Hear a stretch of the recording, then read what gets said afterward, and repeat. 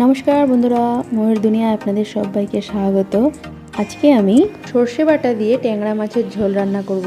খুবই সিম্পল আর খুবই টেস্টি একটা মাছের ঝোল। রোজ রোজ একঘেয়েমি মাছের ঝোল না খেয়ে আমরা যদি মাঝে মাঝে এইভাবে বানাই তাহলে কিন্তু মুখের স্বাদটা অনেকটাই চেঞ্জ হয়। তো চলো আমার রান্নাঘরে রান্নাটা শুরু করা যাক। আমি এখানে 400 গ্রাম ট্যাংরা মাছ নিয়েছি। মাছটা বাজার থেকেই কেটে এনেছি, বাড়িতে এনে ভালো করে ধুয়ে নিয়েছি। এবার এর মধ্যে আমি নুন হলুদ মাখিয়ে দেবো। হাফ চামচ হলুদ দেব আর নুন দেব হাফ চামচ। নুন হলুদটা ভালো করে মাছের গায়ে মাখিয়ে নেব। নুন হলুদ আমার খুব ভালো করে মাখানো হয়ে গেছে। এবার আমি মশলাটা করে নেব। প্রথমে একটা মিক্সির বাটির মধ্যে আমি 2 চামচ সর্ষে দিয়ে দেব। এবার দেব 2 চামচ চাল মগজ, 7-8টা কাঁচা লঙ্কা দিয়ে দেবো, আর একটা টমেটো ওরকম মাঝখান দিয়ে কেটে নিয়েছি, এই টমেটোটাও দিয়ে দেবো। এবার এই সব মশলা খুব ভালো করে বেটে নেব।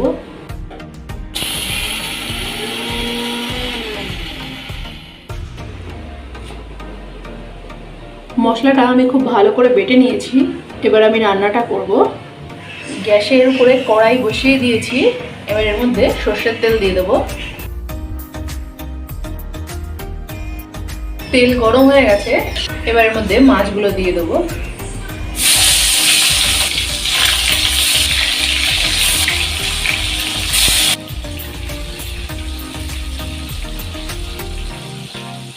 মাছের এক পিঠ আমার ভাজা হয়ে গেছে। এবার মাছটাকে উল্টে দেবো।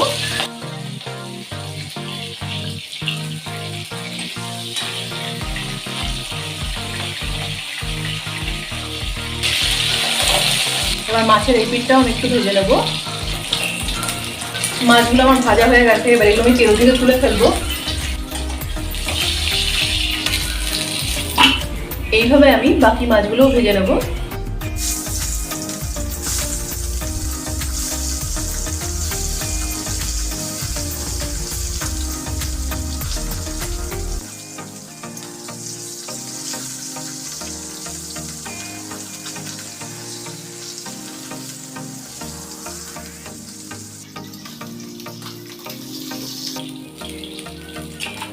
সব মাছ আমার ভাজা হয়ে গেছে। এবার মধ্যে হাফ চামচ কালো জিরা ফোড়ন দিয়ে দেবো। এবার আলুটা দেব।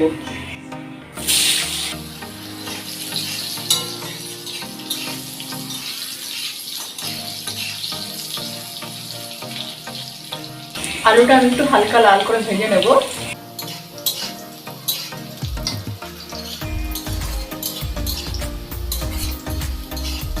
আলু আমার হালকা লাল করে ভাজা হয়ে গেছে।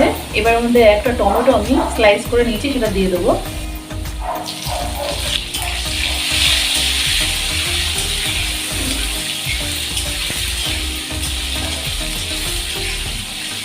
এবার এর মধ্যে কিছু মশলা দেব।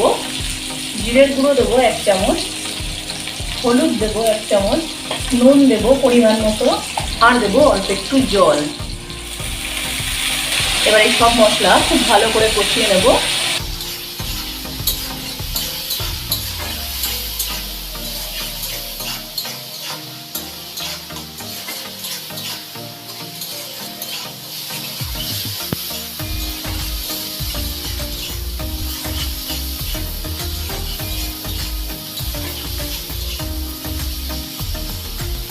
মশলাটা আমার কষানো হয়ে গেছে।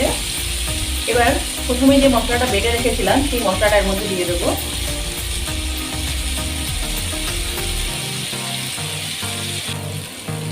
মশলার বাটিটা ধুয়ে একটু জলও দিয়ে দেবো।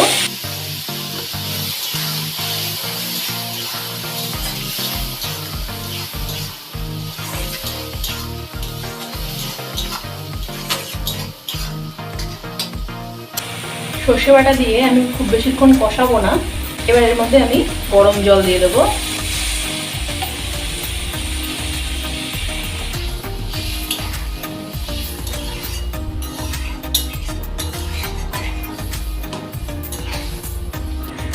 গরম জল দেওয়াতে তারপরে এটা খুব তাড়াতাড়ি ফুটে উঠেছে।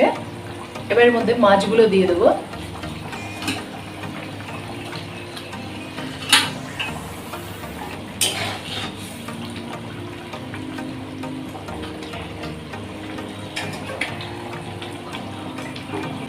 মাছগুলো দেওয়ার পরে আমি 5 মিনিটের জন্য একটু ঢেকে দেবো, তাহলে আলু মাছ খুব ভালো মতো সিদ্ধ হয়ে যাবে আর স্টিমটাও কমিয়ে দেবো। 5 মিনিট হয়ে গেছে, আমি ঢাকনাটা খুলে নিলাম।